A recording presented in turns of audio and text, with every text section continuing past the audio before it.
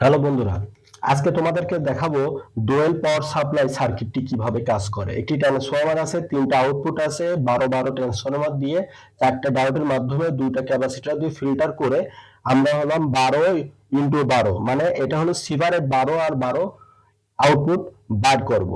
তো আমরা যে ডায়োডটা ইউজ করব সেটা আগে দেখা যাক।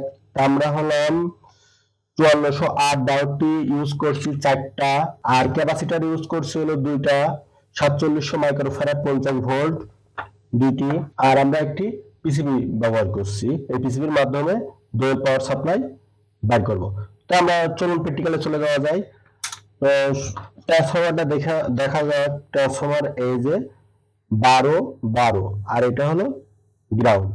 তো আমরা সর্বপ্রথম এখানে কানেকশন করি পজিটিভ লাইনে, তারপরে পজিটিভ, তারপরে পজিটিভ।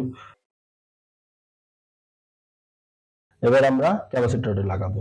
ক্যাপাসিটরের এই পাশে যে প্রতীকটি আছে এটি হলো নেগেটিভ প্রতীক, আর এই পাশেরটি হলো পজিটিভ। তো আমার ক্যাপাসিটরের নেগেটিভ প্রতীকের দিকে নেগেটিভ, তাহলে আমরা এসি লাইনটা দিই। আর একটা এসি লাইন কোথায় দিতে হবে? এই টার্মিনালে দিতে হবে। আর একটি হলো এইখানে দিল। আপনারা ভালো করে লক্ষ্য করুন, একটা এসি লাইন এখানে দেওয়া হয়েছে, আর একটা এসি লাইন এখানে দেওয়া হয়েছে, আর গ্রাউন্ডটা এই কোণার দিকে দেওয়া হয়েছে। তো এবারে আমরা হলো এই ট্রান্সফরমারে লাইন দেব, লাইন দিয়ে দেখবো। তাহলে ট্রান্সফরমার লাইন দিলাম, দেওয়ার পরে ভোল্টেজটা মাপি। এবার এটার আসছে হলো 16 ভোল্টেজ, এটা হচ্ছে 16 ভোল্টেজ। আবার এই মাঝেরটা দেখুন, এখানেও 16 ভোল্টেজ আসছে, এখানেও 16, এখানেও 16। আমরা দুটি হলো আউটপুট পেয়েছি, মোট 3 টার্মিনাল, একটি হলো কমন আর দুইটি হলো এ। দেখুন দুইটো ভোল্টেজই আসছে।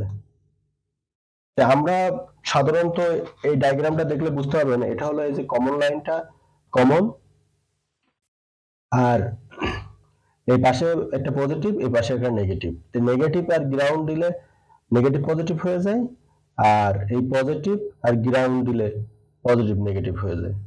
ডুয়াল পাওয়ার সাপ্লাই কিভাবে তৈরি করে, আপনারা এইভাবে আশা করি ডুয়াল পাওয়ার সাপ্লাই তৈরি করতে পারবেন।